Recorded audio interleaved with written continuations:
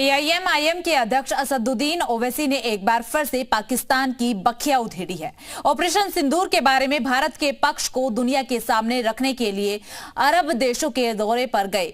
ओवैसी ने इस बार एक मुस्लिम देश में ही पाकिस्तान को उसकी औकात बताई है।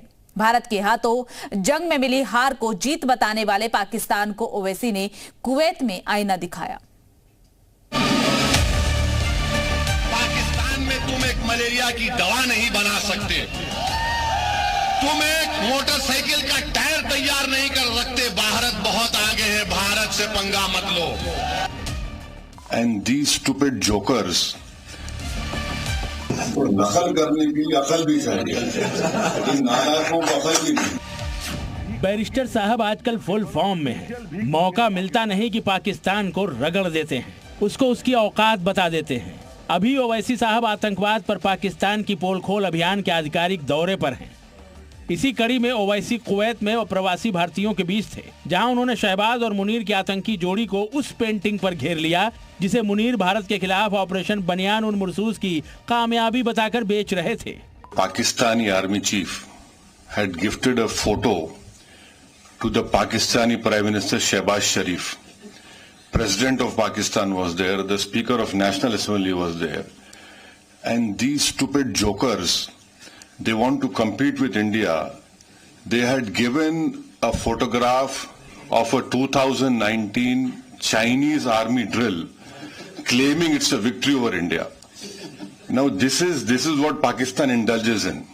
They cannot even give a proper photograph. बात पाकिस्तान की हो तो ओवैसी साहब उसके कपड़े उतारने में जल्दबाजी नहीं दिखाते, बड़ी तसल्ली से, बड़ी तरीके से धुलाई करते हैं। कुवैत में भी उन्होंने यही किया। फर्जी पेंटिंग के जरिए जीत की शेखी बघारने वाले मुनीर को उसकी असल औकात बता दी। बचपन में हम स्कूल में सुनते थे कि अक्सर स्कूल में क्या होता था कि हम अच्छे पढ़ने वाले बच्चे के बाजू पे बैठता था। तो नकल करने की अकल भी चाहिए, लेकिन नालायकों को अकल भी नहीं। ओवैसी का पारा चढ़ा हुआ है। इस्लाम के नाम पर आतंक फैलाने वाले और खून बहाने वाले पाकिस्तान पर वो पूरी तरह से फायर हैं। हम पाकिस्तान के दूल्हे भाई हो गए आजकल। हम ही दूल्हे भाई है पाकिस्तान के, कोई नहीं रहा वहाँ पे, हम ही रह गए। इतना बेबाक, इतना हैंडसम को दिख ही नहीं रहा पाकिस्तान वालों, खाली मैं ही दिख रहा हूँ भारत से। देखते रहो प्यारे मेरे को, सब सुनते रहो, ज्ञान बढ़ेगा। तुम्हारे दिमागों में जो भूसा भरा हुआ है साफ होगा, तुम्हारा इग्नोरेंस खत्म होगा। भीख मंगे हैं ये लोग, यकीन मानो ऑफिशियल भीख मंगे हैं पाकिस्तानी। IMF से लोन ले रहे जाके $1 बिलियन का। आप 75 साल से आपने क्या किया? किसने आपको मजबूर किया IMF का लोन लेने के लिए? और अफसोस की बात यह है कि IMF का लोन ले रहे हैं और ये इंटरनेशनल, मेरे को माने ये इंटरनेशनल मॉनेटरी फंड नहीं, ये इंटरनेशनल मिलिटेंट फंड दे रहे हैं पाकिस्तान को। पाकिस्तान में तुम एक मलेरिया की दवा नहीं बना सकते, तुम एक मोटरसाइकिल का टायर तैयार नहीं कर सकते। भारत बहुत आगे है, भारत से पंगा मत लो। ओवैसी खुले मंच से हिंदुस्तान जिंदाबाद और पाकिस्तान मुर्दाबाद का नारा इतने जोर से लगाते हैं कि उसकी गूंज पाकिस्तान तक सुनाई देती है। ओवैसी के बयानों से पाकिस्तानी मौलानाओं को आजकल जबरदस्त मिर्ची लगी हुई है, उनके सीने पर सांप लौट रहा है।